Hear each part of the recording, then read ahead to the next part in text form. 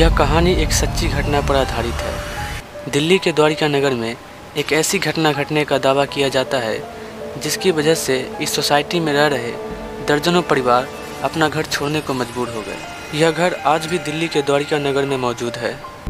यह कहानी शुरू होती है राहुल नाम के एक लड़के से, जो पिछले 20 साल से अपने परिवार के साथ दिल्ली में रह रहा था। एक दिन उसे अपने ऑफिस के किसी ज़रूरी काम से शहर से बाहर जाना था और रात के उस वक्त करीब 11 बज रहे थे। उसके परिवार वालों ने उस वक्त उसे घर से बाहर निकलने के लिए मना किया, लेकिन राहुल नहीं माना क्योंकि उसे अपने बॉस के साथ किसी ज़रूरी मीटिंग में शहर से दूर जाना था। वह अपना सारा सामान पैक करके बस स्टैंड पर चला गया, लेकिन वह जैसे ही बस स्टैंड पर पहुंचा, वह देखा कि पूरा बस स्टैंड खाली है।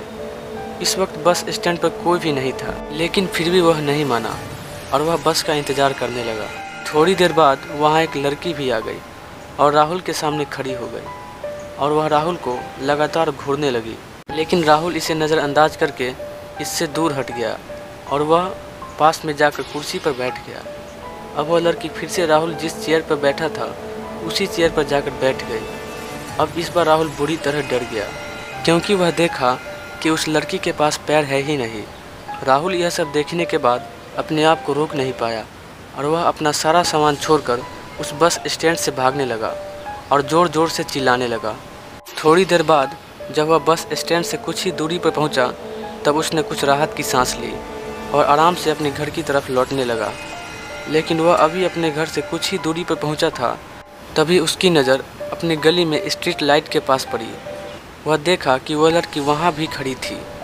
अब राहुल जैसे तैसे तेज़ी से अपने घर की तरफ भागा और घर पहुंचकर अपना दरवाज़ा को अंदर से ज़ोर से लगा लिया। यह सब देख उसके घर वालों ने उससे पूछा कि क्या हुआ, तुम इतने डरे हुए क्यों हो और तुम वापस क्यों आ गए, सब ठीक तो है ना। राहुल ने यह सारी बातें अपने घर वालों से बताया, लेकिन उसके घर वालों ने सोचा शायद इसकी मानसिक स्थिति ठीक नहीं है और यह सोचकर उसने उसकी सारी बातों को इग्नोर कर दिया और वह सभी उस रात सो गए। इस दिन के बाद से यह घटना उस सोसाइटी के हर आदमी के साथ घटने लगा। एक बार तो यह लड़की इस सोसाइटी के सबसे नौजवान और हट्टे कट्टे आदमी को जान से मार डाली। तब यहाँ के स्थानीय लोग यह सारी बातें यहाँ के नज़दीकी पुलिस स्टेशन में बताया।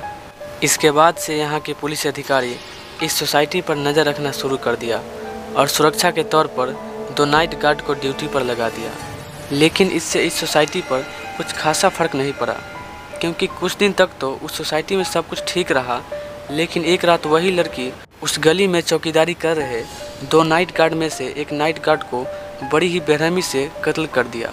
इसके बाद से लोगों के अंदर उस लड़की की कहर कुछ इस तरह बस गई कि लोग खुद इस सोसाइटी को छोड़ने के लिए मजबूर हो गए और सभी इस सोसाइटी को छोड़कर चले गए।